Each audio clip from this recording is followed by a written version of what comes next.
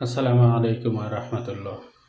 পোশাক পরার ক্ষেত্রে অনেকে প্যান্ট, পায়জামা, লুঙ্গি টাকনুর নিচে পরে থাকেন, যা ইসলামের দৃষ্টিতে নাজায়েজ।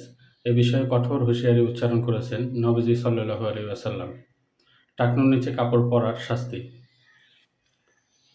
হযরত আবু হুরায়রা রাদিয়াল্লাহু তাআলা আনহু থেকে বর্ণিত, রাসূলুল্লাহ সাল্লাল্লাহু আলাইহি ওয়াসাল্লাম বলেছেন, লুঙ্গির যে অংশ টাকনুর নিচে থাকবে তা জাহান্নামে যাবে। জাহান্নামে গেলে শরীরের কোনো অংশবিশেষ যাবে না, বরং সমস্ত দেহই যাবে। টাকনুর নিচে কাপড় পরার বিষয়ে রাসূলুল্লাহ সাল্লাল্লাহু আলাইহি ওয়াসাল্লাম আরও বলেছেন, যে ব্যক্তি অহংকার বশে তার লুঙ্গি মাটির সাথে টেনে নিয়ে বেড়াবে, কিয়ামত দিবসে আল্লাহ তাআলা তার প্রতি দৃষ্টি দিবেন না। আবু যর রাদিয়াল্লাহু তাআলা আনহু থেকে বর্ণিত হাদিসে রাসূল সাল্লাল্লাহু আলাইহি ওয়াসাল্লাম বলেছেন, কিয়ামতের দিন আল্লাহ তাআলা তিন ব্যক্তির সঙ্গে কথা তো বলবেনই না, বরং তাদের দিকে তাকিয়েও দেখবেন না।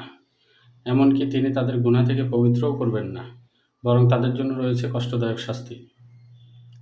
রাসূলুল্লাহ সাল্লাল্লাহু আলাইহি ওয়াসাল্লাম এ কথা তিনবার বলেছেন। তারা হলো: ১. যে ব্যক্তি টাকনুর নিচে ঝুলিয়ে কাপড় পরে। ২. যে ব্যক্তি মিথ্যা কসম খেয়ে পণ্য বিক্রি করে। ৩. যে ব্যক্তি কারো উপকার করে আবার খোঁটা দেয়।